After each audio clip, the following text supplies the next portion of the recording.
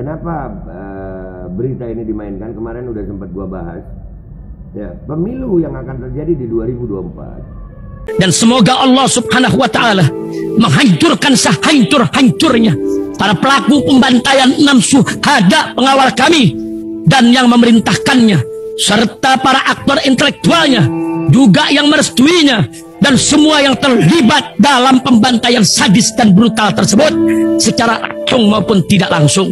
Allahumma dammirhum tadmira waqtulhum balada wala tughadir minhum ahada ya qawi ya matin ya muntaqim amin ya rabbal. Baju koko Habaib putih present Al-Godi.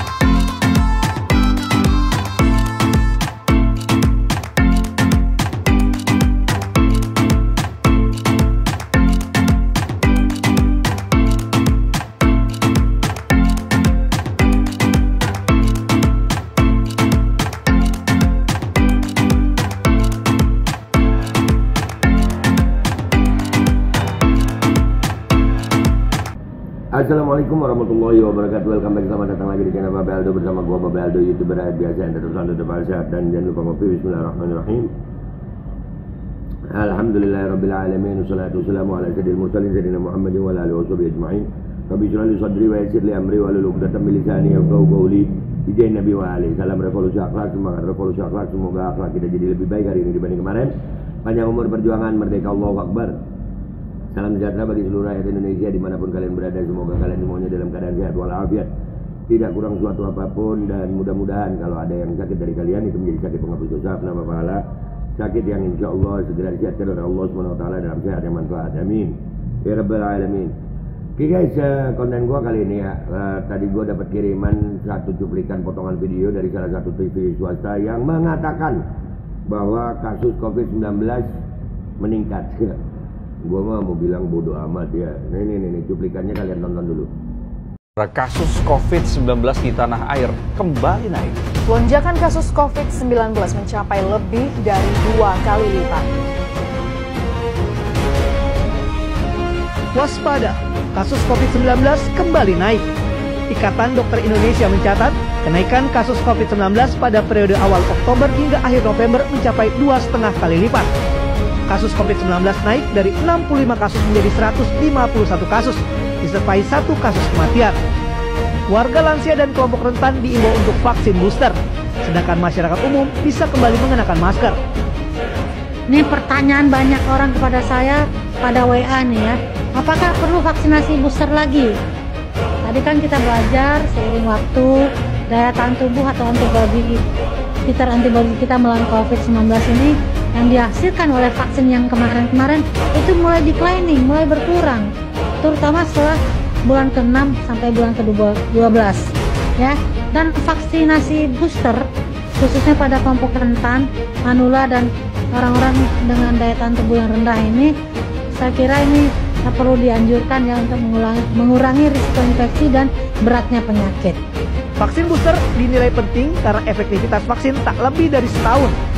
Selain itu, munculnya varian baru COVID-19 juga membuat masyarakat mesti meningkatkan imunitasnya dengan vaksin booster. Karena vaksinasi yang diberikan ini tidak memberikan imunitas yang bertahan lebih dari 1 tahun. Selain itu, kehadiran varian baru COVID-19 yang lebih efektif dalam menembus imunitas juga pengaruh. Saat ini ada kehadiran seri varian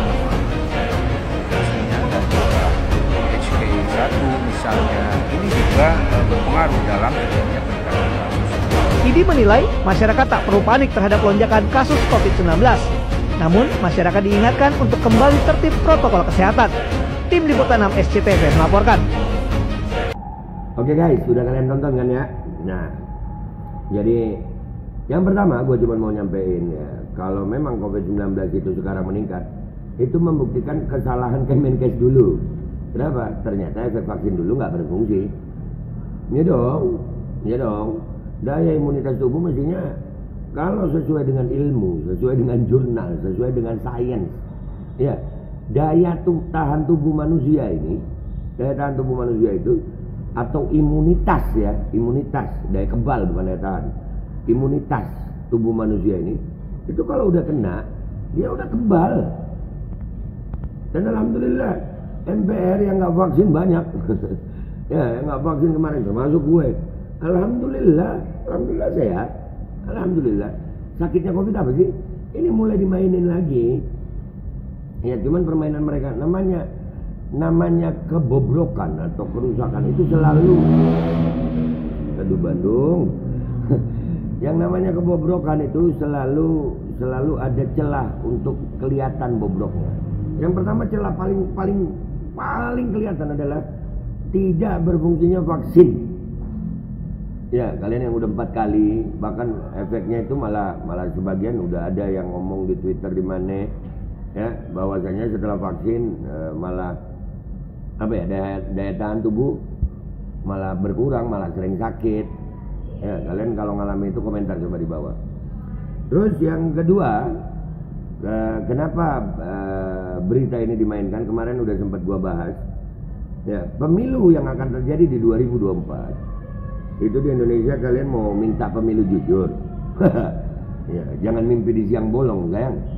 Ngopi dulu gue. 2019 kemarin itu ada dugaan kecurangan pemilu. Mulai dari 2019 dulu, ya ada dugaan kecurangan pemilu di situ. Nah, itu kan kita nggak ada pandemi, nggak ada apa itu ya, nggak ada pandemi, nggak ada apa. Itu pun masih bisa ada potensi kecurangan seperti itu. Lu kebayang nggak kalau sekarang untuk 2024 ini tiba-tiba nih, ya kan nanti itu pemilunya ini udah deket sayang, Februari katanya ya. Februari tiba-tiba nih akhir tahun setelah Natal ini tahun baru tiba-tiba pandemi, langsung itu protokol kesetanan tuh diaktifkan. Halo, apa yang akan terjadi? Apakah ini bukan menambah potensi kecurangan yang akan dilakukan di 2024? Di hari ini aja, kalau gua ngelihat berita-berita politik, potensi kecurangan itu sudah dilakukan. Ada beberapa ya yang terindikasi kecurangan. Ada yang terindikasi menggunakan aparat, yang seperti katanya Aiman Wijaksono, ya kan? Ada ini potensi. Yang bisa keliling-keliling kalau lagi protokol itu siapa? Aparat. Sementara rakyat sipil bisa emang. Nah, ingat sang imam ya, ngomong baik-baik saja aja kena. Ya padahal udah jelas ini yang dikatakan pandemi. Apa sih sakitnya? Berapa persen orang yang meninggal di rumah sakit malah? Waktu pandemi COVID kemarin, ya sampai hari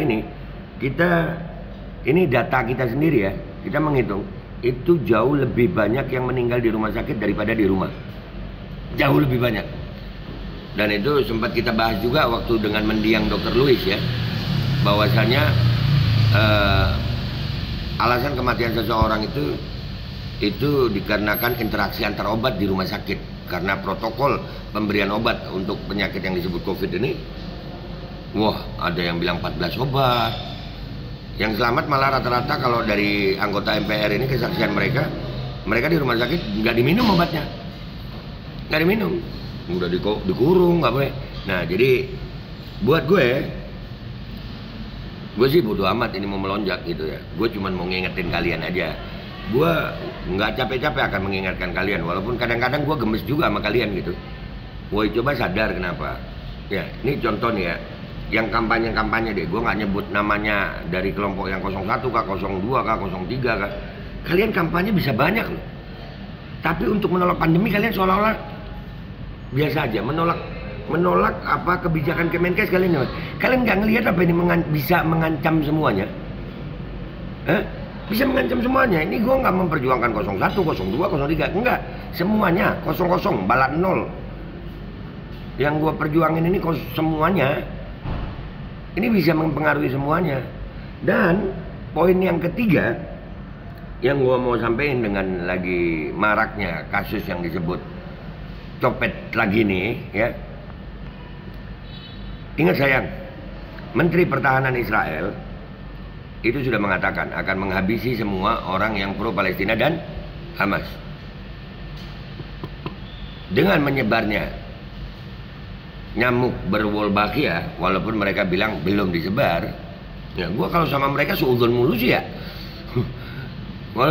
Apakah nggak mungkin di nyamuk itu disebarkan penyakit-penyakit yang disebut ini? Hah? Ciri-ciri penyakitnya sama nggak? Sama ya, sakit kepala, ya pusing, ya pilek, ya kan? Itu sakit yang sudah ada dari gua masih bayi. Itu sudah ada penyakit itu. Cuman ini dibuat ciri-cirinya begitu, symptomsnya, gejalanya. Dan ini mulai dimainkan lagi narasi-narasi itu. Jadi udahlah, kalau gua bodo amat dan gua tetap akan mencoba melawan. Gua nggak tahu kalian nih. Andai kata nih ya, yang ikut-ikut kampanye tuh, yang ikut Palestina, demo Palestina nih, rame-rame geruduk Kemenkes minta penjelasan. Gua yakin kencing-kencing Kemenkes itu kayaknya. Hah? Kalau segitu banyaknya. Ya selama ini Kemenkes acuh kenapa? Oh dianggap kecil kita, dianggap sedikit. Wahai rakyat Indonesia, gue nggak apa-apa jadi kelompok yang kecil, nggak apa-apa. Gue termasuk kelompok yang kecil nggak apa-apa. Tapi gue mikirin kalian semua. Jangan menjadi kelompok yang besar, tapi cuma mikirin kelompoknya sendiri. Ingat 3 hal tadi ya tentang pandemi ini yang sekarang katanya COVID ini meningkat lagi. Yang pertama, tidak berfungsinya vaksin dengan baik. Itu bukti kegagalan itu, kegagalan vaksin kalau gua bilang. Yang kedua, isu ini dimainkan agar apa?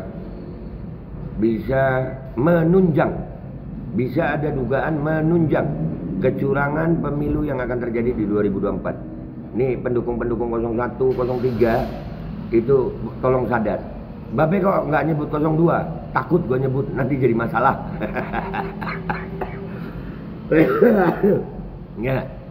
Ya, kalian 01, 03 itu kan besar tuh.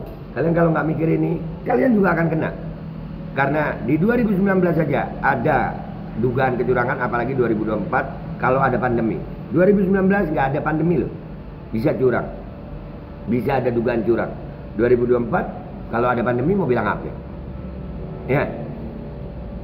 Dan yang terakhir adalah jangan-jangan ini semua program Zionis yang dimainkan oleh Israel.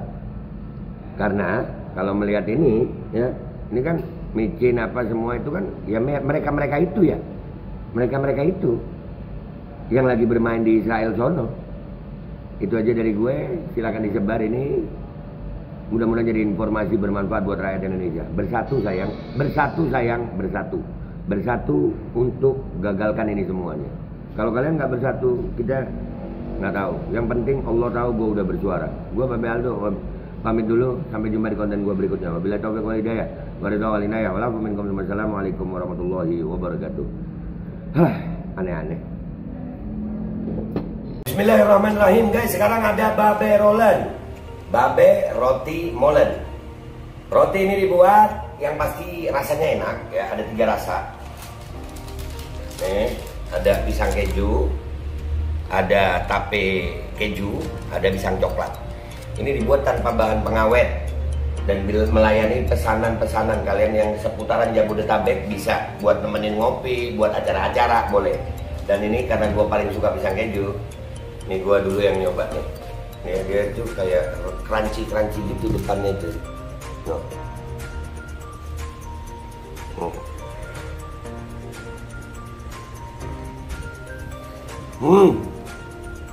Tahu kerannya di depan nih, terus di dalamnya empuk. Ya Allah. Udah nggak usah lama-lama, lu kalau kepingin langsung pesen aja, itu ada nomor WA-nya, nanti gua kalau cantumin, ada juga IG-nya, langsung pesen, murah. Ini cuman nanti dia tanya itu 35.000 kalau nggak salah, ya.